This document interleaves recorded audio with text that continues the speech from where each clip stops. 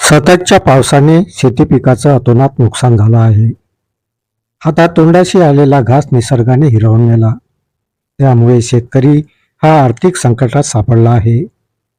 या संकटातून शेतकऱ्यांना बाहेर काढण्यासाठी शासनाने ओला दुष्काळ जाहीर करावा अशी मागणी आता शेतकरी वर्गातून होत आहे.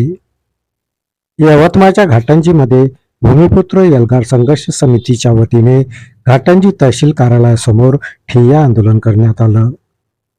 घाटंजी तालुक्यात ओला दुष्काळ जाहीर करण्याची मागणी यावेळी आंदोलनकर्त्यांकडून करण्यात आली. घाटंजी तहसीलदारांमार्फत यवतमाळ जिल्हाधिकाऱ्यांना तसे निवेदनही पाठवण्यात आले आहे. संजय ढवळे, प्रतिनिधी GTV न्यूज मराठी. कोणतेही निकष न लावता शेतकऱ्यांना सरसकट आमच्या आंदोलनाच्या माध्यमातून तहसीलदारांना निवेदन देण्यात आलं होतं की सरसगट सर्व शेतकऱ्यांना कोणतेही निकष न लावता तात्काळ मदत देण्यात यावी दिवाळीच्या अगोदर, अशी ही आमची मागणी होती. पण तहसीलदार साहेब हे ते मशीन जे लावलेले आहेत त्याच्यात 65 मिलीमीटर पाऊस पडलेला नाही, आलेला नाही, असे ते काही निकष लावून शासनाचे शेतकऱ्याला ह्या मदतीपासून वंचित ठेवण्यात येत आहे. यासाठी आम्ही हा आंदोलन उभारण्यात आलेला आहे.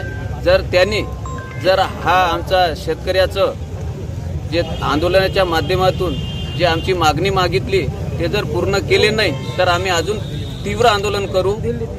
हे आमच्या शेतकऱ्याकडून आम्ही त्याची भूमिका तुमच्यासमोर मांडत आहोत. आज जवळपास शेतकऱ्याच्या पेरणीपासून तर आजच्या तारखेपर्यंत जवळपास 2 महिन्याच्या या कालावधीमध्ये संपूर्ण घाटंजी तालुक्यात जो आसमानी संकट, अतिवृष्टी या तालुक्यात झालेला आहे, याच्या न्याय हक्काच्या लढाईसाठी आज रोजी आम्ही इथे एक दिवसीय ठिय्या आंदोलन शेतकऱ्यांतर्फे आयोजित केलं. याचं कारण असं आहे की संपूर्ण यवतमाळ जिल्ह्यामध्ये सन्माननीय मुख्यमंत्री महोदयांनी 183 कोटी 42 लक्ष रुपयाची निधी जाहीर केली. परंतु या संपूर्ण जिल्ह्यापैकी घाटंजी तालुका हा कुठल्याच निकषामध्ये बसत नसल्यामुळे तालुक्याच्या या तहसीलदारांनी हा घाटंजी तालुका वगळलेला आहे.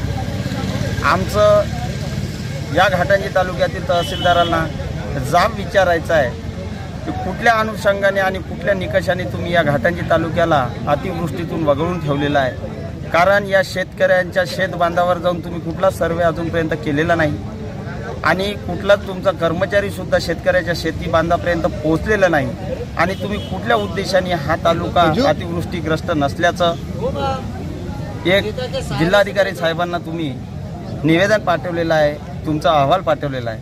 आम्हाला तहसीलदार साहेबांना एवढंच विचारायचं आहे, जर घाटंजी तालुक्यामध्ये अतिवृष्टी झालेली नाही तर इथे उपस्थित सर्व शेतकरी त्यांचे जे शेतीतले फोटो घेऊन आलेले आहे, त्यांच्या जे उभ्या पिकाचं नुकसान झालेलं आहे, शेती पिकाचं सोयाबीन असो, पराठी असो, तूर असो, आणि त्यावर आणखी आमच्या शेतांमध्ये जे जंगली जनावरांनी केलेलं नुकसान आहे, एवढं सारं नुकसान आम्ही जर सहन करत राहावं तर खरोखरच प्रशासनाने सुद्धा जागरूक होऊन आमच्या या शेतकऱ्यांना न्याय देण्यासाठी आणि न्याय हक्काची लढाई लढून आम्हाला न्याय मिळवून घेण्यासाठी आम्हाला आज हा ठिय्या आंदोलन इथे मांडावं लागलं.